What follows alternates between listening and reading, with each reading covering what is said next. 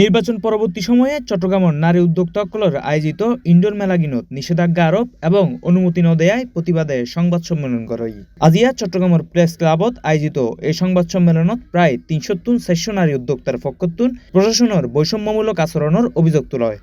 উদ্যোক্তাসকলের দাবি একমিকে তারারে অনুমতি দিয়া নর অন্যমিকে শহরের বিভিন্ন স্থানত অন্য অকলরে মেলা গরিবের সুযোগ করে দেওয়ার। আমরা সর্বদা সব আয়োজকের মেলার পক্ষে। আমরা চাই কোনো মেলাই বন্ধ না হোক, কারণ আমরা একমাত্র উদ্যোক্তারাই জানি একটা মেলা আয়োজনের কি পরিমাণ পরিশ্রম এবং আর্থিক সংগতির প্রয়োজন হয়। কিন্তু আমরা কোনো বৈষম্য চাই না।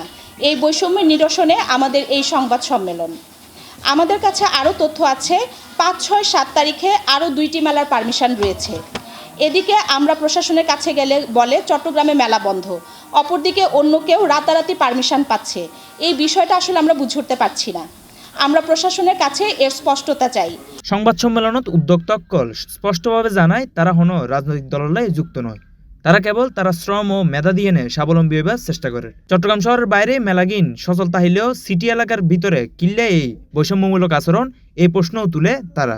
আচ্ছা, আমাদের মূল অভিযোগটা হচ্ছে যে আমাদেরকে আসলে বলা হয়েছিল যে আমাদের ১২ তারিখ যে নির্বাচনটা ছিল, যে আমাদেরকে নির্বাচন পর্যন্ত সিকিউরিটি ইস্যুতে মেলার চট্টগ্রাম সিটিতে বন্ধ থাকবে। কিন্তু আমরা দেখেছি যে সেম সময়ে কিন্তু অন্যান্য সব জেলাতে, এমনকি চট্টগ্রাম সিটির বাহিরেও কিন্তু মেলা চলমান ছিল, কিন্তু আমাদের সিটিতে নিষেধাজ্ঞা ছিল যে মেলা হবে না।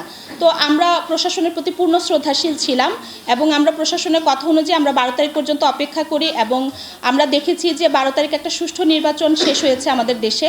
তো এরপর আশা করি আমাদের জন্য আর কোনো বাধা বা প্রতিবন্ধকতা থাকার কথা ছিল না। সেটা মেনে আমরা কিন্তু ১২ তারিখের পর যখন, যেহেতু আমাদের এখন রমজান মাস চলছে, তো আমরা রমজানকে সামনে রেখে আমরা যে আয়োজকরা উদ্যোক্তারা মেলার আয়োজনের উদ্যোগ নিয়েছিলাম।